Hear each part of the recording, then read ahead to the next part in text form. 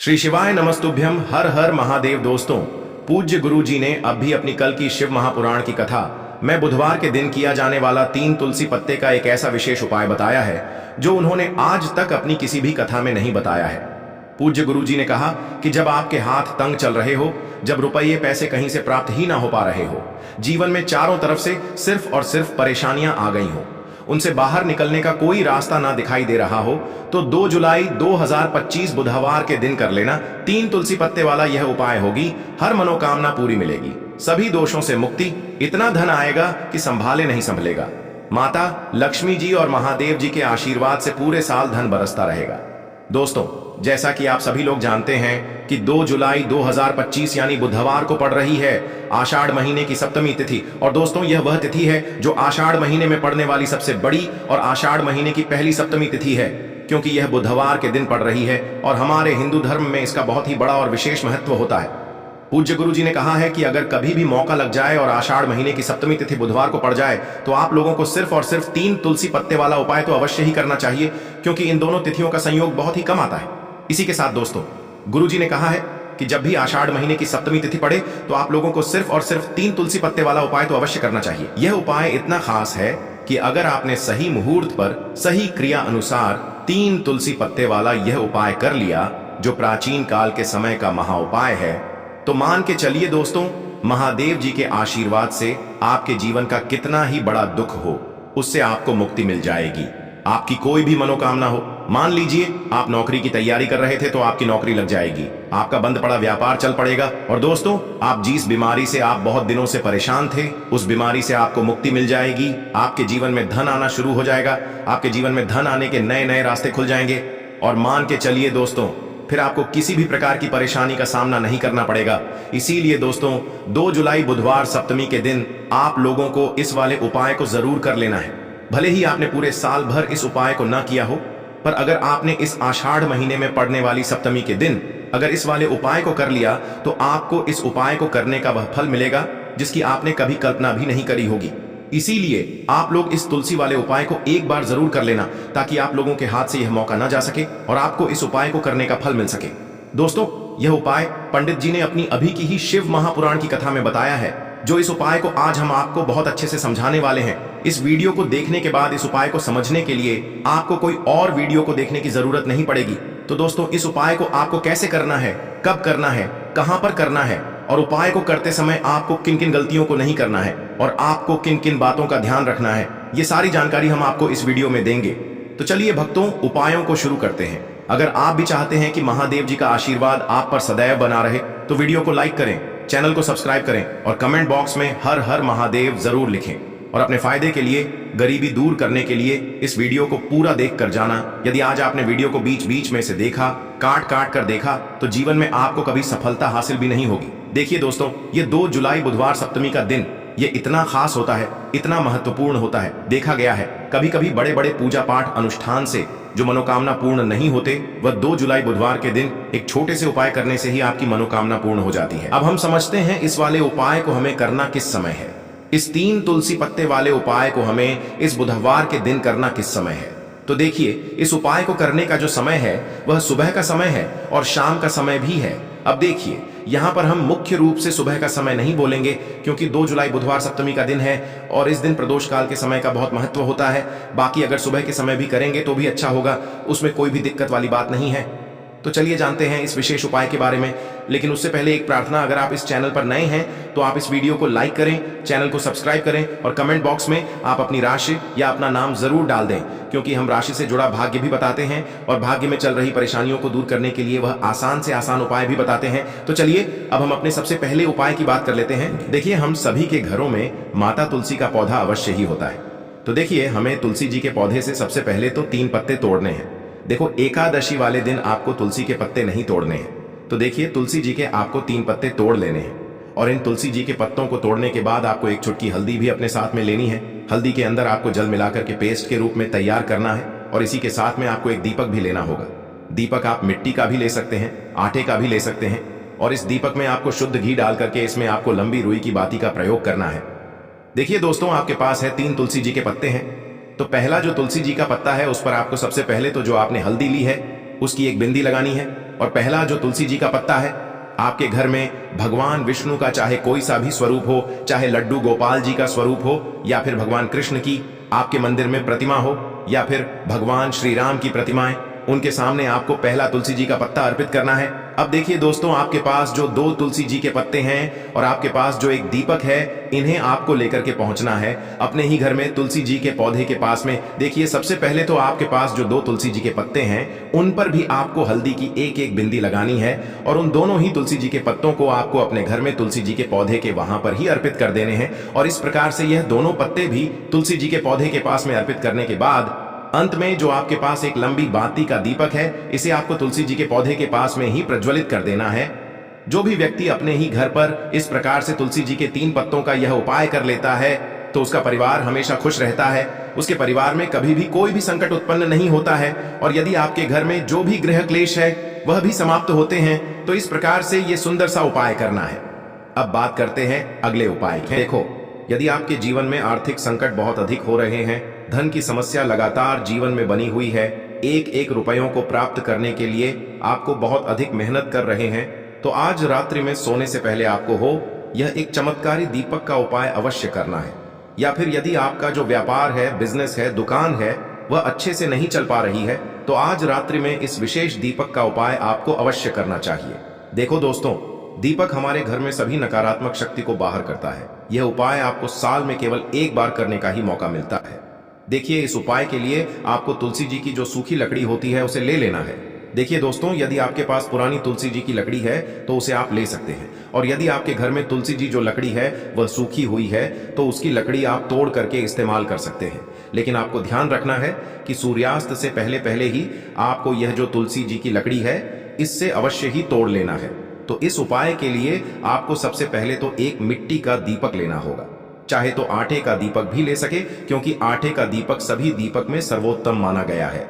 इस दीपक के अंदर आपको शुद्ध घी का प्रयोग करना होगा, और इससे दीपक के अंदर आपने जो तुलसी जी की लकड़ी ली है उसे भी रख देना है। लेकिन ये जो तुलसी जी की लकड़ी है, इसमें आपको चारों तरफ अच्छे से घी लगा लेना है। देखिए, गुरु जी ने बताया है कि जो तुलसी जी की लकड़ी है, यदि आप उपाय करते हैं और बहुत ही शीघ्रता से जल जाती है, तो इसके लिए आपको एक कार्य करना है। आपको थोड़ी सी रुई ले लेनी है और उस रुई को आपने जो तुलसी जी की लकड़ी ली है उस पर अच्छे से चारों तरफ लपेट देनी है। तुलसी जी की लकड़ी के ऊपर रुई लपेटने के बाद इसे आपको पूरा घी के अंदर डुबो लेना है। अब इसे आपको बाती के रूप में प्रयोग करना है। अब दोस्तों, इस दीपक को आपको प्रज्वलित कहाँ करना है? तो इस दीपक को आपको या तो भगवान विष्णु के सामने प्रज्वलित करना होगा, या फिर आपको भगवान श्री राम के सामने प्रज्वलित करना होगा, या फिर भगवान कृष्ण के सामने, यानी कि भगवान विष्णु के जो भी अवतार हैं उनके सामने आप ये दीपक प्रज्वलित कर सकते हैं। या फिर आप इस दीपक को माता तुलसी जी के सामने भी प्रज्वलित कर सकते हैं। पूज्य गुरु जी ने बताया है कि जो भी व्यक्ति इस प्रकार से तुलसी जी की डंडी से यह दीपदान कर देता है, उसके जीवन में कभी भी धन की समस्या नहीं होती है। इसीलिए आपको यह पूरे साल में केवल एक बार ही मौका मिलता है। इस उपाय को करके देखना, आपकी सभी इच्छाएं जरूर पूर्ण होंगी। यह जो उपाय है रात्रि में सोने से पहले करना है। यह उपाय आपके लिए सर्वश्रेष्ठ होने वाला है। देखिए, इस उपाय के लिए आपको मात्र 5 हरे मूंग के दाने ले लेना है। देखिए, तिथि है और ये बुधवार के दिन पड़ रही है, इसीलिए आपको 5 हरे मूंग के दाने लेना है।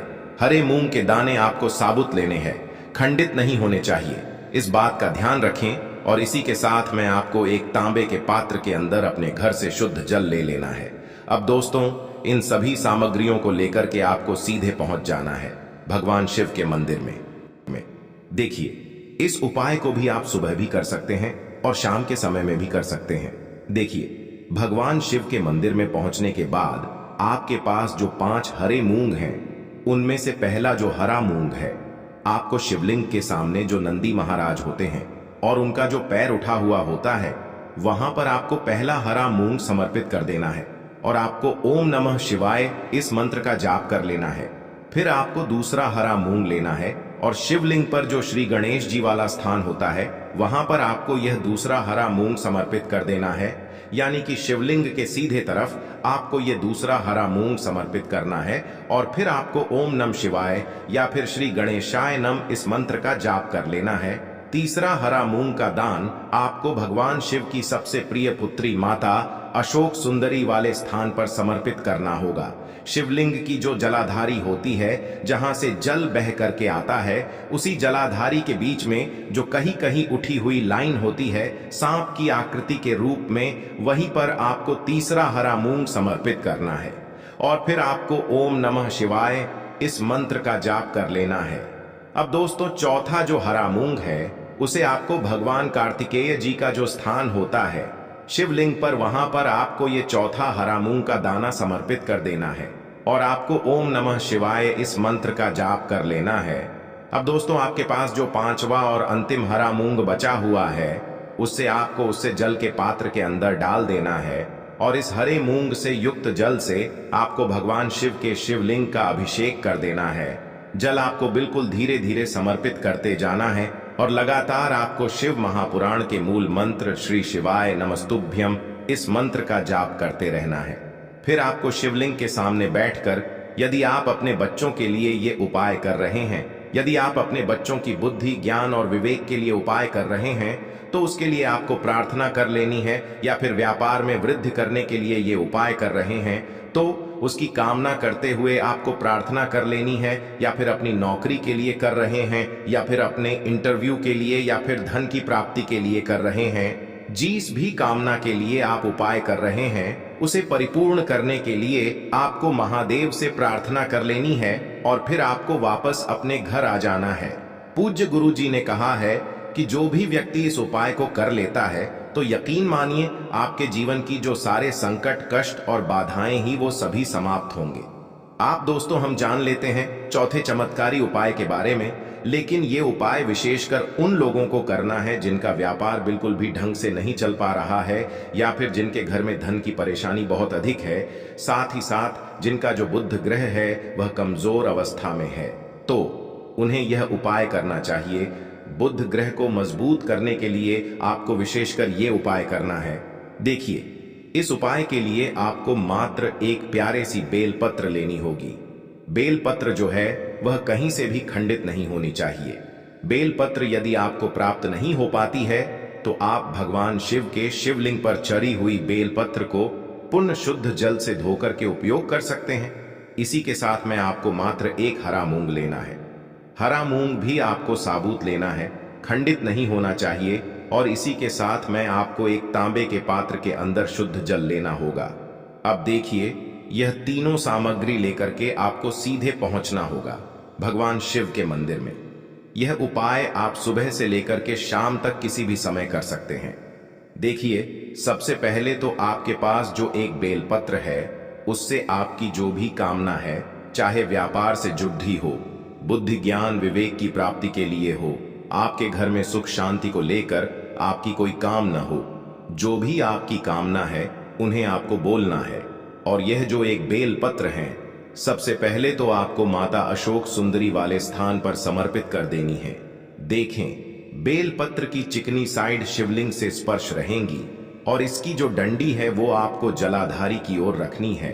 इस प्रकार से आपको यह जो बेल पत्र है इससे माता अशोक सुंदरी वाले स्थान पर समर्पित कर देना है। अब दोस्तों, आपके पास जो एक हरा मूंग का दाना है उससे आपको आपकी जो भी कामना है उसे बोलते हुए उस हरे मूंग दाने को आपको उसे जलपात्र के अंदर डाल देना है। अब दोस्तों, ये जो हरा मूंग युक्त जल है इसे आपको समर्पित करना है। आपकी जो भी कामना है, चाहे आपका जो व्यापार है वह अच्छे से नहीं चल पा रहा है, तो इस प्रकार से आपको कामना करनी है। और यह जो हरी मूंग से युक्त जल, इसमें से थोड़ा सा जल सबसे पहले तो आपको भगवान श्री गणेश जी वाला स्थान पर समर्पित करना है। फिर थोड़ा सा जल आपको माता अशोक सुंदरी वाले स्थान पर समर्पित करना है, और फिर जो अंत में थोड़ा सा जल और बचेगा उसे पूरा आपको भगवान शिव के शिवलिंग पर धीरे धीरे अर्पित कर देना है, श्री शिवाय नमस्तुभ्यम इस मंत्र का जाप करते हुए।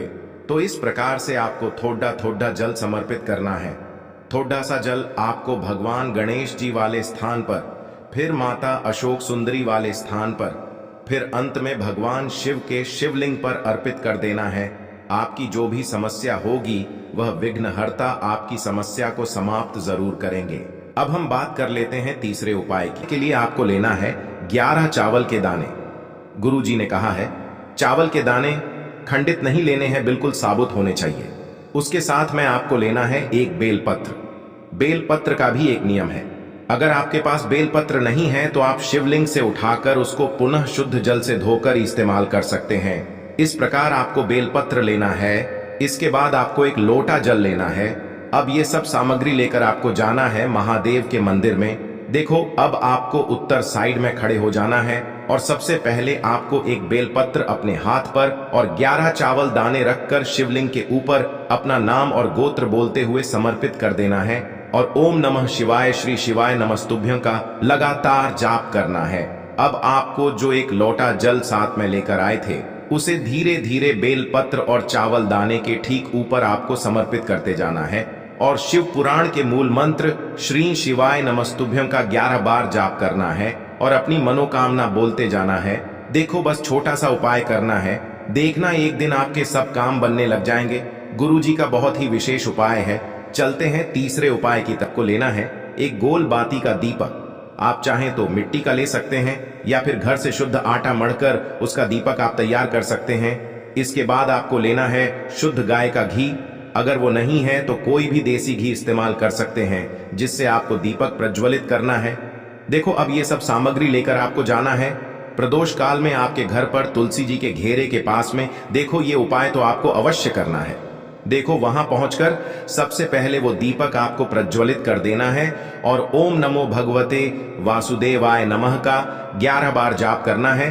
उसके बाद आपको अपने सीधे हाथ में थोड़ी हल्दी लेकर उस दीपक में अपना नाम और गोत्र बोलते हुए डाल देना है। उसके बाद माता लक्ष्मी से आपको प्रार्थना करना है कि हे महालक्ष्मी, हमारी सभी दुख तकलीफों को दूर करो। हे महादेव, हमारे सब दुख कष्टों को खत्म करो। इस भावना से आपको ये उपाय करना है। के लिए आपको लेना है 11 चावल के दाने।